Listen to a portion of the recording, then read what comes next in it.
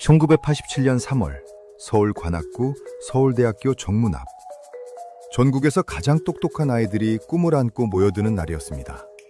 그 군중 속에 20살의 한 여성도 있었습니다. 어머니가 손수 다려준 옷을 입고 처음으로 혼자 서울에 올라온 날이었습니다. 그리고 그게 마지막이었습니다. 딸은 입학식이 끝나면 집으로 돌아오겠다고 했습니다. 그날 저녁 어머니는 밥을 차려두고 기다렸습니다. 다음 날도 기다렸습니다. 그 다음 날도. 실종 신고가 접수됐지만 수사는 제자리를 맴돌았습니다. 1980년대 말 실종된 성인 여성 하나가 경찰의 우선순위가 되긴 어려웠습니다. 세월이 흘렀습니다. 1년이 지나고 3년이 지나고 어머니는 딸의 방을 그대로 뒀습니다. 책상이 수험생 시절 사진, 합격 통지서, 아직 뜯지 않은 교재들. 그로부터 7년 뒤 진실은 가장 예상치 못한 방향에서 터져나왔습니다. 경찰이 향한 곳은 먼 곳이 아니었습니다. 바로 그 집이었습니다. 딸이 떠나던 날 아침 배웅을 해줬던 그 사람. 어머니가 믿고 의지하던 그 사람의 입에서 7년 동안 아무도 몰랐던 말이 흘러나오기 시작했습니다. 서울대 입학식 날 대체 무슨 일이 있었던 걸까요? 그 집에서 그 남자는 무엇을 알고 있었던 걸까요? 그리고 어머니는 왜 7년이 지나도록 아무것도 눈치채지 못했던 걸까요? 시작 전에 구독과 좋아요 눌러주시면 감사하겠습니다. 어느 지역에서 시청 중이신지 댓글 남겨주시면 한 분 한 분 인사드리겠습니다. 이야기 시작합니다. 1987년 3월 초 서울은 봄인 듯 봄이 아니었습니다. 입김이 피오를 만큼 차가운 아침이었지만 관악산 기슭아래 서울대학교 정문 앞은 이미 사람들로 넘쳐나고 있었습니다. 전국 각지에서 올라온 새내기들, 사진기를 든 부모들, 현수막을 매다는 학교 직원들, 축제 같은 소란함이었습니다. 그 군중 속에 강유진 씨가 있었습니다. 20살, 경상남도 진주 출신. 집안 형편이 넉넉하지 않았지만 3년 내내 새벽 5시에 일어나 공부해서 서울대 사회학과에 합격한 아이였습니다. 어머니 박정순 씨는 딸의 합격 통지서를 받은 날 밤 방문 뒤에서 혼자 울었다고 했습니다. 자랑스러워서, 고마워서, 그리고 가슴이 너무 벅차서. 유진 씨는 그날 아침 일찍 집을 나섰습니다. 어머니가 전날 밤 다려둔 연두색 블라우스를 입고 아버지가 쓰던 낡은 손가방을 들고 입학식이 끝나면 바로 내려오겠다고 했습니다. 진주에서 서울까지 버스로 5시간 거리였지만 어머니는 배웅을 하겠다고 했고 유진 씨는 괜찮다고 혼자 갔다 오겠다고 했습니다. 그게 유진 씨의 마지막 목소리였습니다. 그날 저녁 6시 어머니 박정순 씨는 밥상을 차려두고 유진 씨를 기다렸습니다. 7시가 넘어도 오지 않았습니다. 8시, 9시. 그때만 해도 어머니는 버스가 늦나 보다 생각했습니다. 그 시절엔 지금처럼 언제든 연락할 수 있는 방법이 없었습니다. 핸드폰도 없고 삐삐도 아직 일반인에게 보급되기 전이었습니다. 할 수 있는 건 기다리는 것뿐이었습니다. 밤 11시가 되자 어머니는 공중전화로 서울대 입학처에 전화를 걸었습니다. 아무도 받지 않았습니다. 그 다음 날 오전 다시 전화를 걸었습니다. 입학식에 강유진이라는 학생이 참석했냐고 물었습니다. 담당자는 잠시 기다리라더니 명단에는 있는데 실제 출석 여부는 확인이 어렵다고 했습니다. 어머니의 손이 떨리기 시작했습니다. 실종 신고는 이틀 후에야 접수됐습니다. 당시 경찰은 성인 여성의 실종에 대해 지금과는 전혀 다른 태도를 가지고 있었습니다. 스스로 떠난 것일 수도 있다. 며칠 지나면 연락이 올 것이다. 기다려보자. 그런 말들이 돌아왔습니다. 어머니는 그 말을 믿고 싶었습니다. 믿고 싶어서 믿은 게 아니라 그것 말고는 버틸 방법이 없었기 때문에. 그런데 한 가지, 어머니가 처음부터 이상하다고 느꼈던 것이 있었습니다. 유진 씨가 서울로 떠나던 날 아침, 집에는 어머니 말고 한 사람이 더 있었습니다. 어머니의 재혼 남편, 유진 씨의 의붓아버지인 이상철 씨였습니다. 그는 그날 유진 씨에게 먼저 말을 걸었습니다. 입학 축하한다고, 서울 가면 몸조심하라고. 그리고 유진 씨는 짧게 고맙다고 했습니다. 평소에 없던 일이었습니다. 어머니는 그 장면이 머릿속에서 사라지지 않았다고 했습니다. 왜인지는 몰랐지만. 실종 신고가 접수된 지 3일이 지났습니다. 경찰은 강유진 씨의 사진을 들고 서울대 주변을 몇 차례 돌았습니다. 학교 앞 하숙집, 분식집, 버스 정류장. 하지만 유진 씨를 봤다는 사람은 나오지 않았습니다.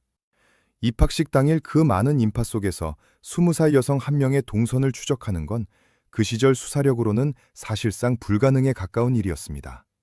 CCTV는커녕 변변한 목격자 확보 시스템도 없던 때였습니다.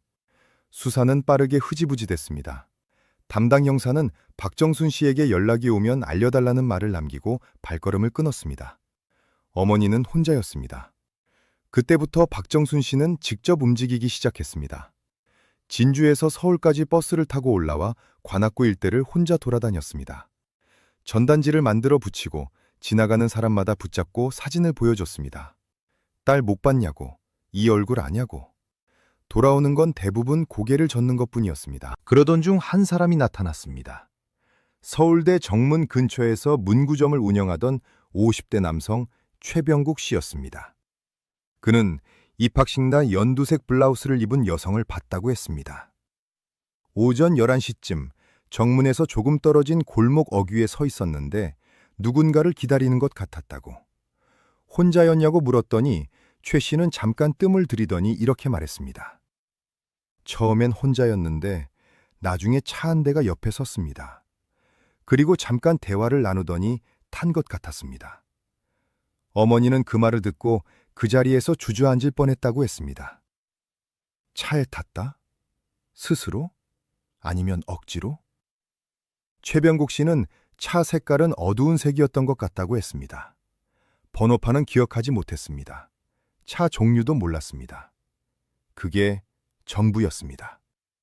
경찰은 이 진술을 받고도 크게 움직이지 않았습니다.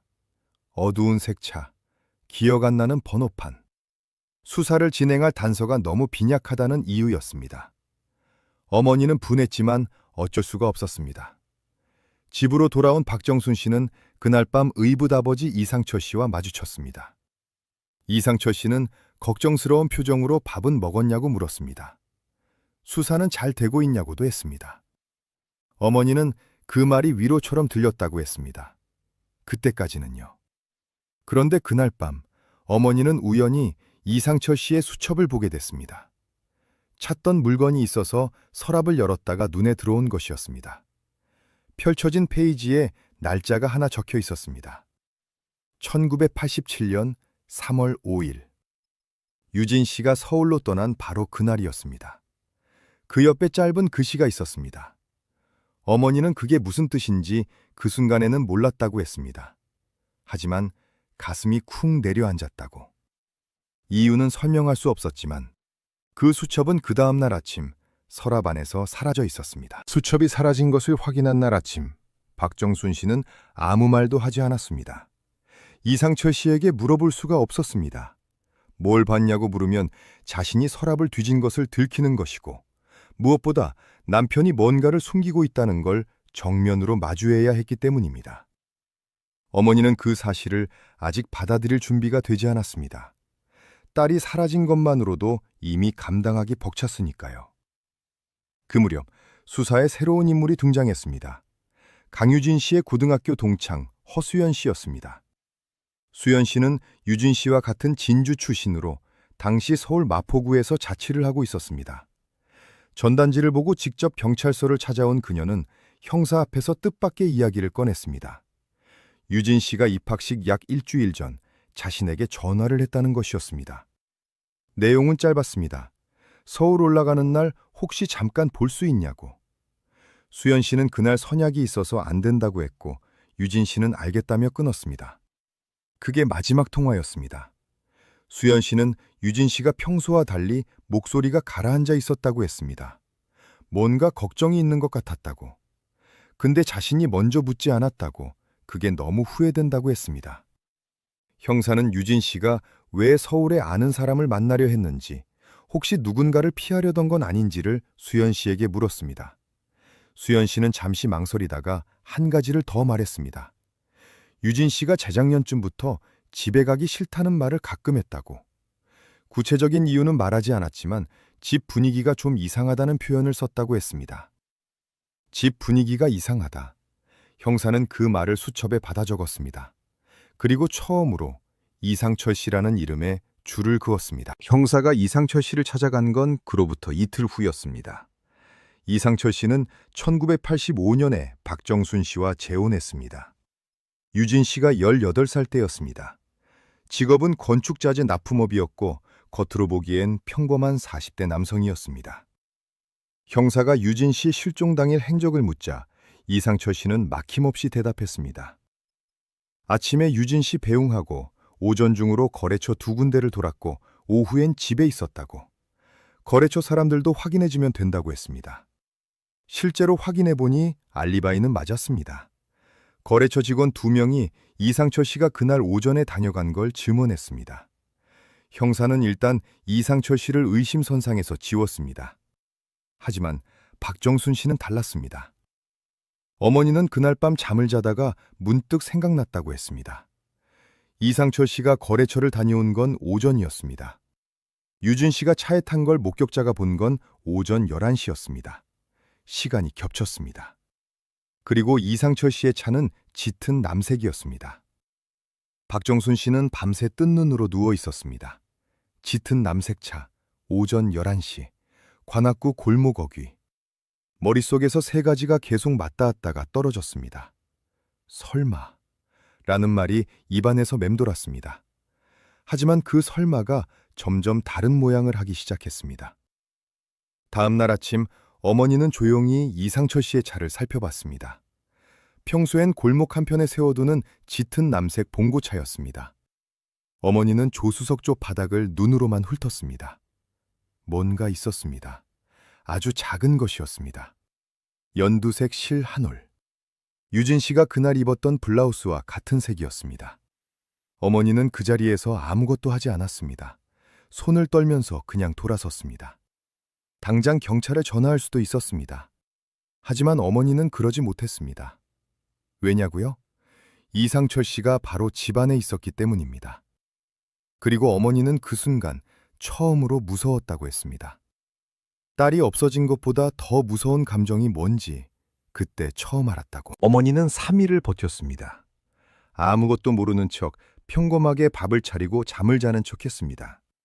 그리고 이상철 씨가 거래처에 나간 틈을 타 경찰서로 달려갔습니다. 담당 형사 김동수 씨를 만나 차 안에서 본실에 대해 이야기했습니다. 형사는 즉시 차량 감식을 요청했습니다. 그런데 감식 결과는 어머니의 기대와 달랐습니다. 실은 발견됐지만 연두색 블라우스와 섬유 성분이 일치한다는 결론이 나오지 않았습니다. 당시 국가수 감식 기술로는 섬유 성분의 정밀 비교가 사실상 불가능했습니다. 형사는 증거로 쓰기 어렵다고 했습니다. 어머니는 그 말을 듣고 형사실 복도에 한참 서 있었다고 했습니다. 하지만 형사 김동수 씨는 완전히 손을 놓지는 않았습니다. 이상철 씨의 알리바이를 다시 들여다봤습니다. 거래처 2군데, 직원들의 증언. 처음엔 문제없어 보였습니다. 그런데 2번째 거래처를 다시 찾아가 더 꼼꼼히 물어보니 미묘한 차이가 생겼습니다. 직원 중 한 명인 20대 남성 박재용 씨가 처음 진술과 다른 말을 했습니다. 이상철 씨가 왔던 시간이 오전이 아니라 낮 12시가 넘었던 것 같다고. 점심 먹고 나서였던 것 같다고. 오전 11시에 유진 씨가 차에 탔습니다. 2번째 거래처 방문이 12시 이후였다면 그 사이 1시간이 비었습니다. 형사는 이상철 씨를 다시 불렀습니다. 이상철 씨는 당황한 기색 없이 웃으면서 말했습니다. 박재홍 씨가 착각하는 거라고, 분명히 오전이었다고. 자신은 오후에 집에서 쉬었고 아내도 알 거라고 했습니다. 형사가 박정순 씨에게 확인을 요청했습니다. 어머니는 잠시 말을 잇지 못했습니다. 사실 그날 오후 이상철 씨가 집에 있었는지 없었는지 어머니는 정확히 기억하지 못했습니다. 유진 씨를 기다리느라 정신이 없었기 때문입니다. 알리바이는 완전히 무너지지도 완전히 성립하지도 않는 상태가 됐습니다. 수사는 다시 안개 속으로 들어갔습니다. 수사가 제자리를 맴도는 동안 전혀 예상치 못한 곳에서 새로운 인물이 나타났습니다. 1987년 5월 실종 신고가 접수된 지 약 2달이 지난 시점이었습니다. 서울대 사회학과 학과 사무실에 한 남성이 찾아왔습니다. 자신을 강유진 씨의 과외 학생 아버지라고 소개한 40대 남성 윤철호 씨였습니다. 윤철호 씨는 유진 씨가 입학 전부터 자기 아들에게 수학 과외를 해줬다고 했습니다. 진주에서 서울로 오기 전 약 1년 동안 매주 토요일마다. 그런데 유진 씨가 실종됐다는 소식을 뒤늦게 접하고 혹시 도움이 될까 싶어 찾아왔다고 했습니다. 그가 꺼낸 말은 짧았지만 무거웠습니다. 유진 씨가 과외를 하러 올 때마다 가끔 불안해 보였다고. 한 번은 수업이 끝나고 돌아가지 않고 한참을 앉아 있었는데 집에 가기 싫다고 작게 중얼거리더라고 했습니다. 집에 가기 싫다. 허수연 씨가 했던 말과 똑같았습니다. 형사 김동수 씨는 윤철호 씨의 진술을 받으면서 한 가지를 더 캐물었습니다. 유진 씨가 집에서 구체적으로 어떤 일이 있는지 말한 적 있냐고. 윤철호 씨는 고개를 저었습니다. 직접적인 말은 없었다고. 다만 한 번은 의붓아버지라는 표현을 쓰면서 표정이 굳어졌다고 했습니다. 그게 전부였습니다. 형사는 이 시점부터 이상철 씨에 대한 주변 조사를 본격적으로 시작했습니다. 이웃 주민들, 거래처 관계자들, 동네 상인들.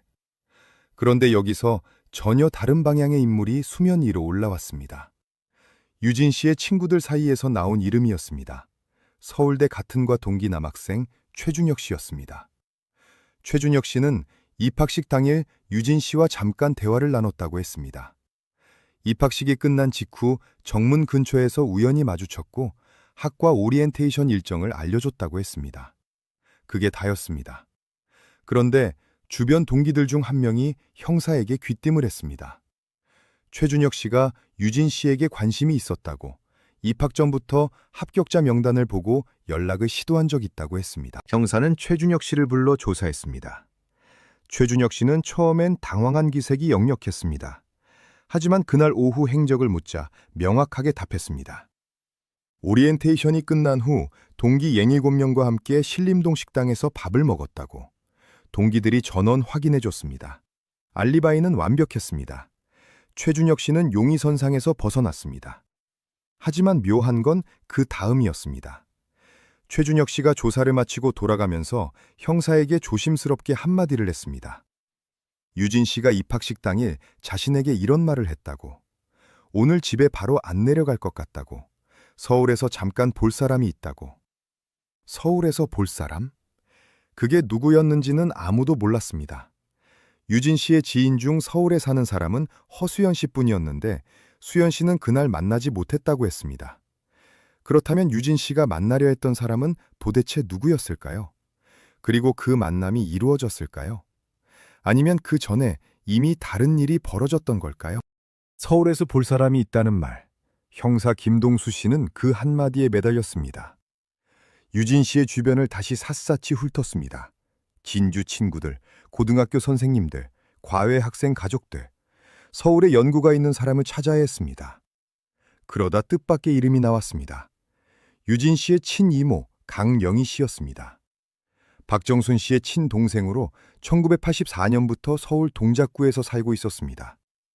형사가 왜 진작 이모 이야기가 나오지 않았냐고 묻자 박정순 씨는 말을 아꼈습니다. 명희 씨와 사이가 좋지 않았다고 했습니다. 이상철 씨와 재혼할 때 명희 씨가 반대를 심하게 했고 그 뒤로 자매 사이가 멀어졌다고. 유진 씨와도 연락이 뜸했을 거라고 했습니다. 하지만 형사가 강명희 씨를 직접 찾아가자 전혀 다른 이야기가 나왔습니다. 명희 씨는 유진 씨와 연락을 끊지 않았습니다. 오히려 몰래 편지를 주고받았다고 했습니다. 어머니 몰래, 이상철 씨 몰래.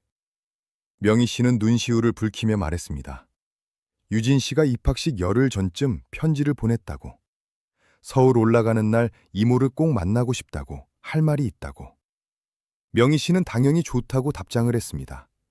그런데 유진 씨는 나타나지 않았습니다.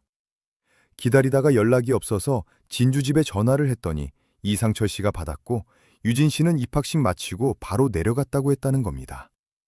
형사는 그 말에서 멈췄습니다. 이상철 씨는 유진 씨가 그날 바로 진주로 내려갔다고 이모에게 말했습니다. 하지만 어머니 박정순 씨는 유진 씨가 그날 저녁까지 집에 오지 않았고 연락도 없었다고 했습니다. 두 진술이 완전히 엇갈렸습니다. 이상철 씨는 왜 명희 씨에게 유진 씨가 내려갔다고 했을까요? 그 시점에 이미 유진 씨가 어디 있는지 알고 있었던 걸까요? 아니면 단순히 얼버무린 걸까요? 형사는 이상철 씨를 다시 불렀습니다. 강명희 씨와의 통화 내용을 제시했습니다. 이상철 씨는 잠깐 표정이 굳었다가 이내 태연하게 말했습니다. 그냥 별 생각 없이 한 말이라고. 유진 씨가 당연히 시기 끝나면 내려올 거라 생각해서 그렇게 말한 거라고. 형사는 그 답변을 받아 적으면서 아무 말도 하지 않았습니다. 바로 그날 오후 수사에 또 한 번 파란이 일었습니다. 서울대 정문 근처 사진관 주인이 경찰에 자진 출석했습니다. 60대 남성 손태복 씨였습니다. 그는 입학식 날 손님들 사진을 찍어주다가 우연히 필름 한 롤을 더 쓰게 됐는데 현상하고 보니 인화된 사진 중에 낯선 장면이 있었다고 했습니다. 연두색 블라우스를 입은 젊은 여성이 짙은 색차 옆에 서 있는 장면이었습니다. 여성의 얼굴은 반쯤 가려져 있었지만 차 쪽을 향해 서 있는 뒷모습이 찍혀 있었습니다. 그리고 차 창문 너머로 운전석에 앉은 남성의 윤곽이 흐릿하게 보였습니다. 형사는 그 사진을 넘겨받았습니다. 차 번호판은 사진 각도상 보이지 않았습니다. 하지만 차 앞 범퍼 오른쪽에 긁힌 자국이 선명하게 찍혀 있었습니다. 형사는 즉시 이상철 씨의 차를 확인하러 갔습니다. 그런데 차는 이미 깨끗하게 수리가 돼 있었습니다. 정비소에 문의하니 실종 신고가 접수되고 나서 열흘쯤 지난 시점에 이상철 씨가 범퍼 수리를 맡겼다고 했습니다. 우연일까요? 아니면 지운 걸까요? 범퍼 수리. 형사 김동수 씨는 그 사실을 확인한 날 밤 혼자 사무실에 남아 지금까지의 기록을 처음부터 다시 읽었습니다. 사라진 수첩, 섬유감식 실패, 엇갈린 알리바이, 이모에게 한 거짓말, 그리고 사진 속 긁힌 범퍼. 하나하나는 증거가 되지 못했습니다. 하지만 전부를 이어놓으면 하나의 선이 됐습니다. 그 선의 끝에는 언제나 같은 이름이 있었습니다. 이상철. 하지만 형사에게는 결정적인 한 방이 없었습니다. 당시 수사체계에서 심증만으로 할 수 있는 건 한계가 있었습니다. 구속영장을 받으려면 물증이 필요했고 물증은 번번이 손에 잡힐 듯 잡히지 않았습니다. 형사는 윗선에 수사 계속을 요청했지만 돌아온 답은 냉정했습니다. 증거 없이 계속 붙잡고 있을 수 없다고, 다른 사건들이 밀려 있다고. 1987년 말 수사는 사실상 중단됐습니다. 박정순 씨는 그 사실을 통보받은 날 집으로 돌아와 유진 씨 방문을 닫고 한참 동안 나오지 않았습니다. 이상철 씨는 그날 저녁 어머니 옆에 앉아 이제 그만 마음을 놓으라고 했습니다. 유진 씨가 스스로 떠난 것일 수도 있다고. 요즘 젊은 애들은 그런 경우도 있다고. 어머니는 그 말에 아무 대꾸도 하지 않았습니다. 그냥 고개를 숙이고 있었습니다. 세월이 흘렀습니다. 1년이 지나고 2년이 지났습니다. 이상철 씨는 겉으로 보기엔 평범한 일상을 이어갔습니다. 거래처를 다니고 밥을 먹고 잠을 잤습니다. 하지만 박정순 씨는 남편 옆에서 자면서도 점점 잠을 못 이루게 됐습니다. 아무 이유도 설명할 수 없었지만 이상철 씨가 내뱉는 말 하나하나가 예전과 다르게 들리기 시작했습니다. 너무 자연스러운 게 오히려 이상했습니다. 딸이 사라졌는데 어떻게 저렇게 태어날 수 있을까? 그 생각이 머릿속에서 떠나질 않았습니다. 1989년 봄, 유진 씨가 사라진 지 꼭 2년이 됐을 때였습니다. 박정순 씨는 우연히 이상철 씨의 오래된 외투 안주머니에서 종이 한 장을 발견했습니다. 세탁을 하려다 꺼낸 것이었습니다. 구겨지고 낡은 종이였습니다. 펼쳐보니 손으로 쓴 글씨였습니다. 유진 씨의 필체였습니다. 어머니는 손이 굳었습니다. 글씨를 읽었습니다. 내용은 짧았습니다. 날짜는 1987년 2월이었습니다. 입학식 약 한 달 전이었습니다. 내용은 이러했습니다. 더 이상 못 참겠다고, 서울 가면 다시는 이 집에 돌아오지 않겠다고, 그리고 마지막 줄에 이런 말이 있었습니다. 이 사실을 엄마가 알게 되면 엄마가 더 힘들어질 것 같아서 말 못하겠다고. 이 사실, 그 사실이 무엇인지 편지엔 적혀 있지 않았습니다. 하지만 편지가 이상철 씨의 주머니 안에 있었다는 것, 그것만으로도 어머니는 모든 걸 알 것 같았습니다. 아니, 알고 싶지 않았습니다. 하지만 이미 늦었습니다. 한 번 본 것은 되돌릴 수 없었습니다. 어머니는 그 편지를 다시 접어 제자리에 넣었습니다. 그리고 아무 일도 없었던 것처럼 세탁을 마쳤습니다. 하지만 그날 이후로 어머니의 눈빛이 달라졌다고 나중에 이웃 주민들은 그렇게 기억했습니다. 편지를 발견한 날 이후 박정순 씨는 겉으로는 아무것도 변하지 않은 척했습니다. 밥을 차리고 빨래를 개고 이상철 씨가 퇴근하면 인사를 했습니다. 하지만 속으로는 천천히 무언가를 모으고 있었습니다. 기억들이었습니다. 흘려보냈던 장면들, 이상하다고 느꼈지만 넘어갔던 순간들. 어머니는 그것들을 하나씩 다시 꺼내기 시작했습니다. 유진 씨가 18살이 되던 해 여름, 이상철 씨와 재혼하고 얼마 지나지 않았을 때였습니다. 유진 씨가 갑자기 공부를 핑계로 방문을 잠그기 시작했습니다. 어머니는 수험생이 집중하려는 거라고 생각했습니다. 식사 때도 말이 없어졌습니다. 예민한 시기라고 생각했습니다. 이상철 씨가 유진 씨 방 앞을 서성이는 걸 한두 번 본 적이 있었습니다. 그때도 대수롭지 않게 넘겼습니다. 이제와 그 장면들을 다시 떠올리니 전혀 다른 모습으로 보였습니다. 어머니는 결심했습니다. 혼자서는 안 되겠다고. 누군가 도움이 필요했습니다. 어머니가 찾아간 사람은 이모 강명희 씨였습니다. 수년간 연락을 끊다시피 했던 동생이었습니다. 명희 씨는 언니가 찾아오자 말없이 안으로 들였습니다. 어머니는 편지 이야기를 했습니다. 수첩 이야기도 했습니다. 범퍼 수리 이야기도. 명희 씨는 듣는 내내 손을 꽉 쥐고 있었습니다. 그리고 언니의 말이 끝나자 이렇게 말했습니다. 나도 알고 있었어. 유진이가 편지에서 말한 그 사실이 뭔지. 어머니는 굳었습니다. 명희 씨는 유진 씨가 보낸 편지 중 한 통을 꺼냈습니다. 어머니 몰래 주고받던 것들 중 하나였습니다. 1986년 가을, 입학식 약 반년 전에 쓴 편지였습니다. 내용은 길었습니다. 하지만 핵심은 하나였습니다. 이상철 씨가 유진 씨에게 수년간 부적절한 행동을 해왔다는 것. 처음엔 사소한 것들이었습니다. 지나치게 가까이 앉는다거나 늦은 밤 방문을 두드린다거나 그러다 점점 선을 넘었다고. 유진 씨는 편지에서 이렇게 썼습니다. 엄마한테 말하고 싶은데 엄마가 무너질까 봐 못하겠다고. 서울대만 붙으면 다 끝난다고. 거기만 가면 이 집을 떠날 수 있다고. 서울대가 탈출구였습니다. 그 아이에게 합격증은 꿈이 아니라 도망칠 수 있는 문이었습니다. 명희 씨는 유진 씨한테 당장 신고하자고 했다고 했습니다. 하지만 유진 씨는 말렸다고. 입학식만 지나면 된다고. 그때까지만 기다려달라고 했다고. 명희 씨는 그 말을 들어줬습니다. 그리고 그게 평생의 후회가 됐다고 했습니다. 어머니는 그 편지를 손에 들고 한동안 아무 말도 못했습니다. 그러다 한 가지를 물었습니다. 유진이가 입학식 날 서울에서 만나려 했던 사람, 그게 너였구나? 명희 씨는 고개를 끄덕였습니다. 맞다고. 이모한테 와서 이상철 씨 신고를 같이 하려 했던 거라고. 그런데 유진 씨는 끝내 오지 않았다고.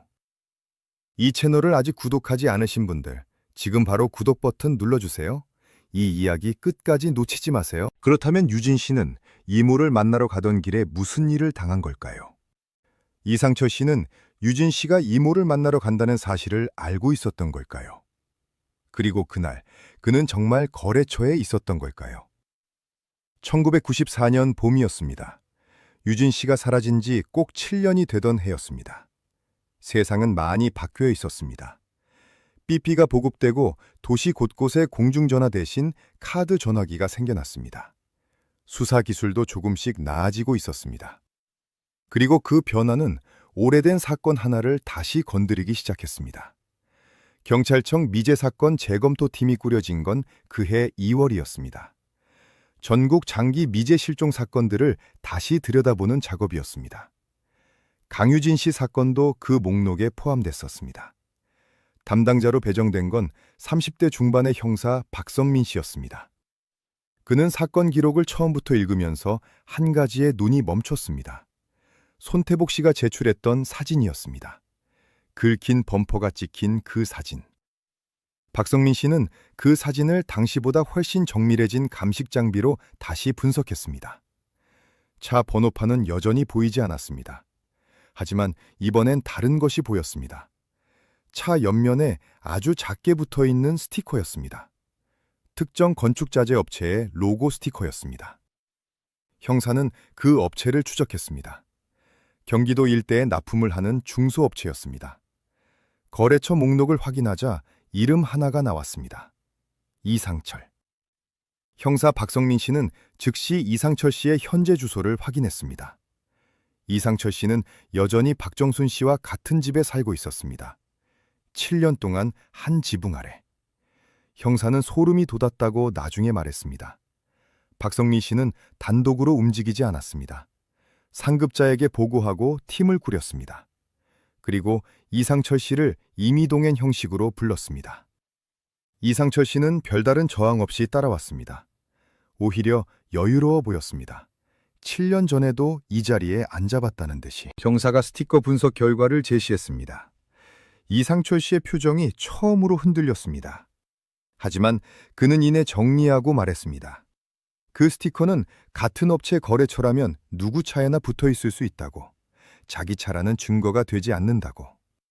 형사는 고개를 끄덕이면서 다음 카드를 꺼냈습니다. 강명희 씨가 보관하고 있던 유진 씨의 편지였습니다. 이상철 씨는 그 편지를 보는 순간 손가락이 미세하게 떨렸습니다. 형사는 그걸 놓치지 않았습니다.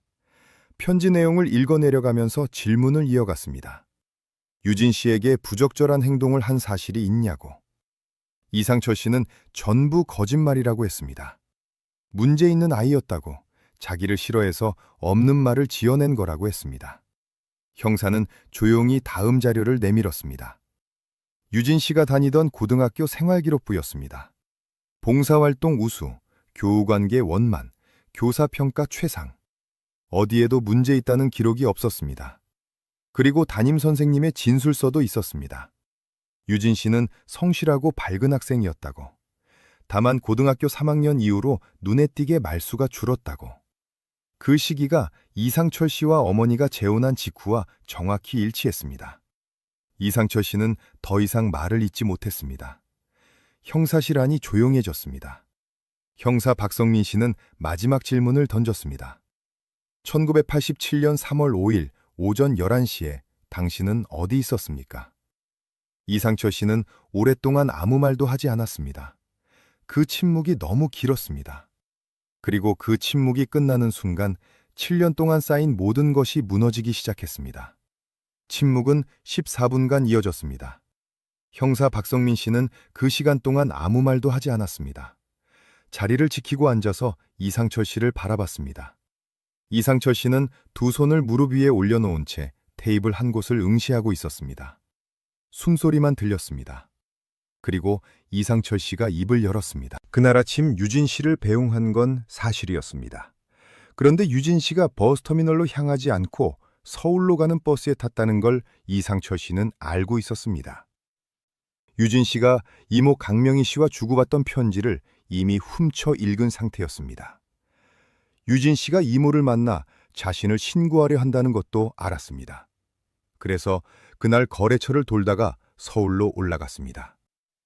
첫 번째 거래처는 오전 일찍 들렀고 두 번째 거래처는 오후에 들른 것이었습니다. 중간에 시간이 있었습니다.